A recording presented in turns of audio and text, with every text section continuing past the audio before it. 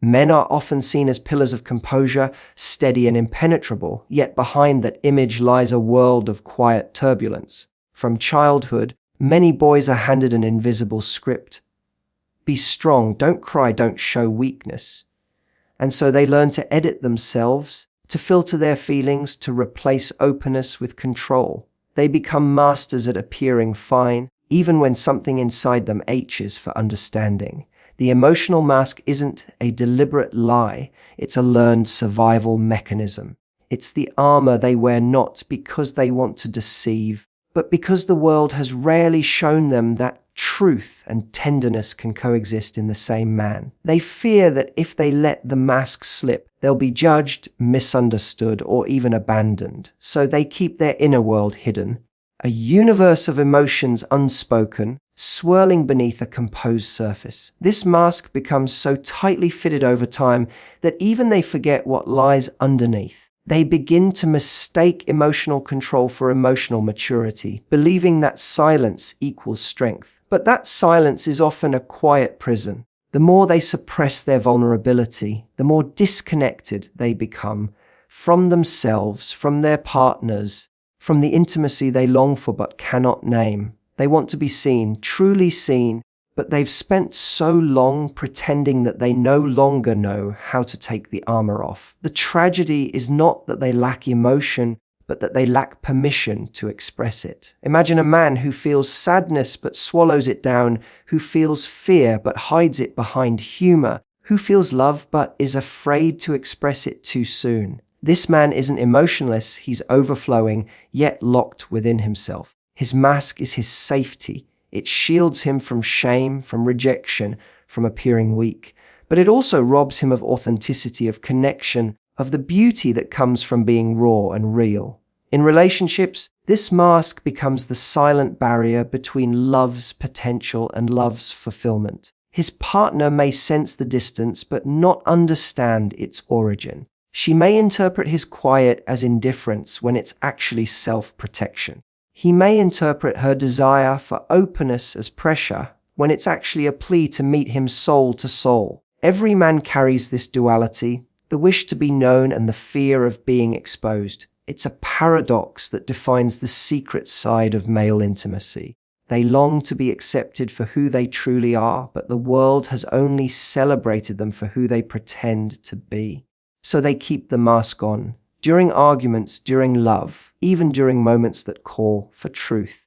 The irony is that the very thing they think protects them from pain is what keeps them from experiencing the deepest joy of connection. When a man hides his emotions, he may avoid rejection, but he also avoids resonance, that sacred moment when someone looks into his eyes and sees not the mask, but the man behind it. There exists a world within a man that speaks in gestures more than in words, in actions more than in explanations.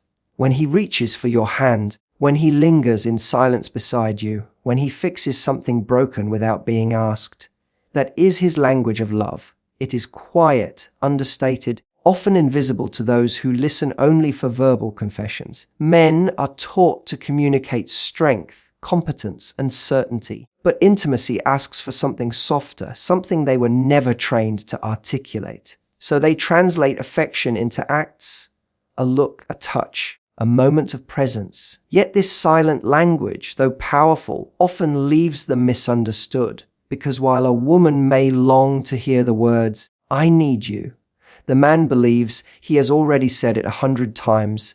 Through his consistency, his attention, his protection. In the world of unspoken affection, physicality becomes the vessel of expression. A kiss, a gentle touch, a protective arm around the shoulder. These are not just habits, they are confessions.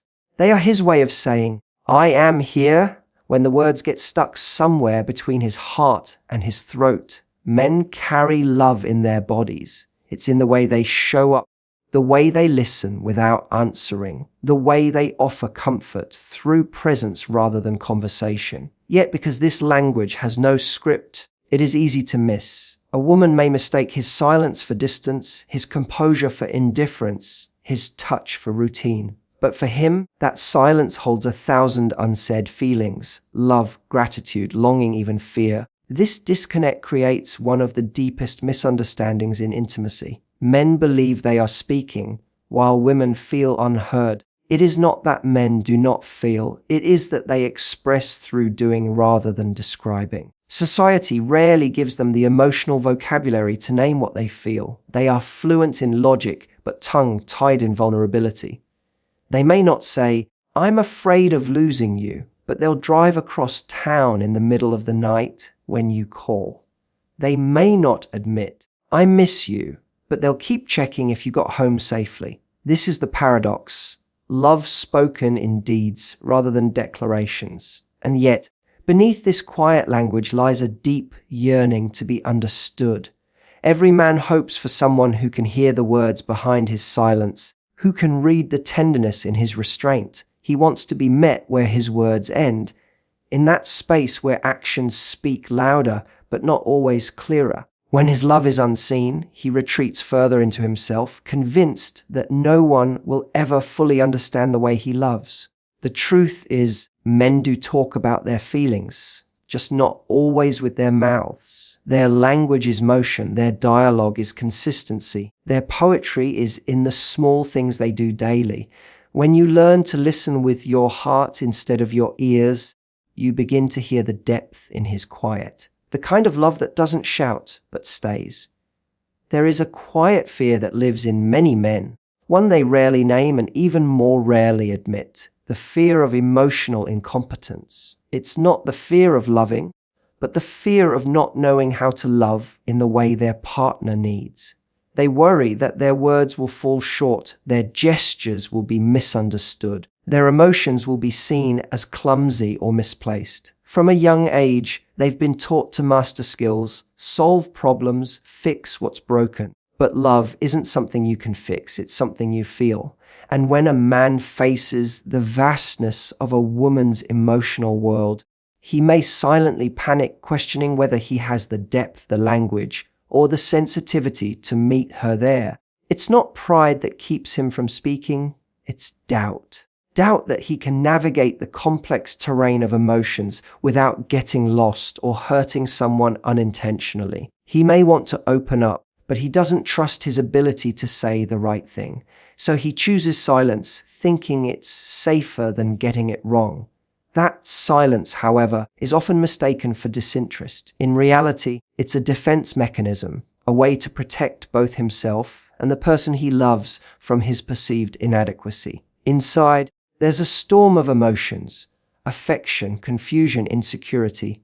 But without confidence in his emotional literacy, he buries them deep. When conversations about feelings arise, he may retreat not because he doesn't care, but because he fears being seen as emotionally ill-equipped. The irony is that the very vulnerability he avoids is the key to the connection he craves most.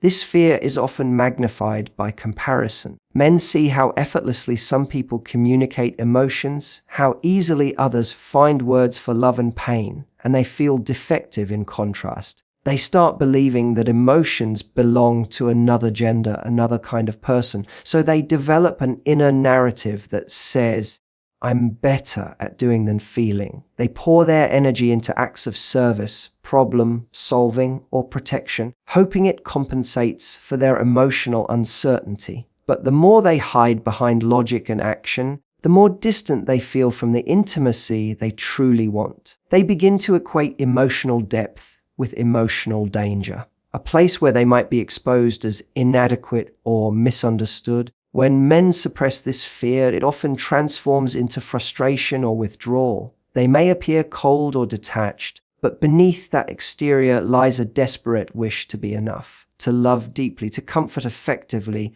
to connect completely. These are not foreign desires, they are sacred ambitions they carry quietly. They just lack the roadmap to get there. What they truly need isn't judgment for their hesitance, but reassurance that emotional connection isn't about perfection, it's about presence. When a man is shown that his uncertainty doesn't make him unworthy, that his awkward attempts at vulnerability are not failures but beginnings, something inside him softens. The mask of competence starts to crack, and through that opening, tenderness finally breathes. Inside every man exists a quiet tug of war between two forces that rarely make peace. The craving for passion and the longing for peace. He wants the thrill of being desired, the electric pulse of intimacy, the fire that makes him feel alive. Yet he also yearns for the stillness that makes him feel safe, grounded, understood. This inner conflict shapes how he loves, how he connects, how he shows up in relationships. One part of him wants to lose control, to dissolve in the intensity of a lover's gaze. The other part wants to remain anchored, to protect his identity from being consumed by the very love he craves. It's not a contradiction, it's the human condition, but for men, it is rarely spoken of because they are expected to know what they want, to be decisive, certain, unwavering. And yet, within that expectation lies a storm of confusion that intimacy often awakens. Passion calls him toward expansion, to chase, to conquer, to immerse himself fully. It's the force that makes him risk, that drives him toward the unknown, that ignites the parts of him that feel most alive. But peace whispers the opposite: stay still, be safe, protect what you have built. When these two energies clash, he feels torn. In moments of deep intimacy, when love becomes too intense, he might pull away, not because the connection weakens, but because it becomes too real, too raw. The fire of passion threatens the stability he's spent years building. He worries that in loving too much, he will lose the very sense of self that gives his love meaning. He begins to question, can I have both? The fire that excites me and the calm that restores me? Can I be consumed and still be whole? For many men, this conflict isn't just internal, it's generational. They've been taught to chase excitement and equate stillness with stagnation. They've been told that to desire peace is to settle, that to surrender control is to weaken. So they chase intensity until exhaustion, mistaking chaos for love, mistaking adrenaline for connection. And when they find peace, a love that doesn't demand performance, they sometimes feel lost in its quiet. They start looking for the spark again, unaware that peace is the higher form of passion, the kind that burns gently but forever. This misunderstanding drives cycles of closeness and distance, where they oscillate between craving and retreating, between wanting to be seen and fearing exposure. In truth, what they are searching for is balance, a place where passion and peace coexist, where love feels both thrilling and safe. But balance isn't given, it's learned through awareness. It's born when a man realizes that peace isn't the absence of excitement, it's the presence of depth. The passion he seeks outside of himself already lives within him, and when he learns to hold both energies, the wild and the still, the fierce and the gentle, intimacy transforms from something he fears losing himself into something he finds himself through. There is a silent H that lives within many men, one that comes not from rejection or loneliness, but from invisibility. They can be surrounded by people, loved by partners, admired by peers, and still feel unseen. Not because no one is looking, but because no one is truly noticing. Society has trained men to perform, to be providers, protectors, achievers, roles that define their worth but often erase their humanity. They are praised for what they do, not who they are. And in that constant demand to perform, they begin to disappear behind their responsibilities. The more they give, the less they feel recognized, and the deeper the wound of being unseen grows. It's a wound few talk about because it doesn't scream. It quietly bleeds in the form of emotional detachment, numbness, or exhaustion. In relationships, this wound reveals itself in subtle ways. He may show up every day, do everything right, be dependable and strong, yet something in him feels hollow. He wonders if anyone notices the effort behind his calm, the thought behind his gestures, the love behind his restraint. He doesn't crave constant validation, he craves acknowledgement, the kind that sees the soul, not just the surface. He wants someone to look beyond the image he presents and recognize the depth he hides. For many men, their emotions are like an underground river, flowing constantly, quietly, waiting for a moment of safe recognition. But too often, Their emotional depth goes unnoticed because they express it differently. Their care may not come in words, but in sacrifices. Their tenderness may not appear as poetry, but as presence. And when those gestures are met with indifference or misunderstanding, it deepens the sense that their inner world doesn't matter. The wound of being unseen isn't about ego, it's about existence. It's about feeling invisible in the very space where they should feel most known. Over time, this invisibility leads to withdrawal. The man who once tried to express begins to shut down, convinced that no one will ever truly see him. He starts to live behind a quiet mask of capability, doing everything expected of him while emotionally starving inside. The tragedy is that he rarely complains about it. He believes this is simply the cost of being a man. He convinces himself that his worth lies in endurance, not expression. Yet deep down, there's a longing to be met without armor, to be loved not for his strength, but for his softness. What he needs is not grand gestures, but genuine presence. Someone who listens not just to his words, but to his silences. Someone who notices when he retreats. Someone who values the tenderness behind his restraint.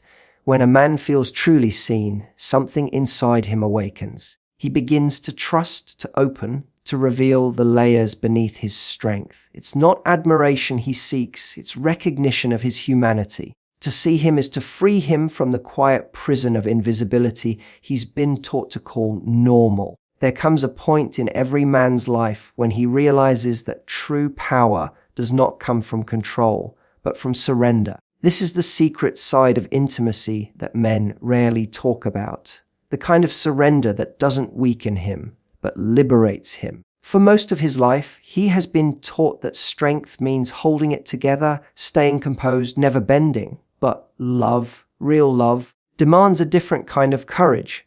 The courage to let go. It asks him to put down his armor, to open the parts of himself he's kept hidden, to trust another person with the raw, unedited version of his soul.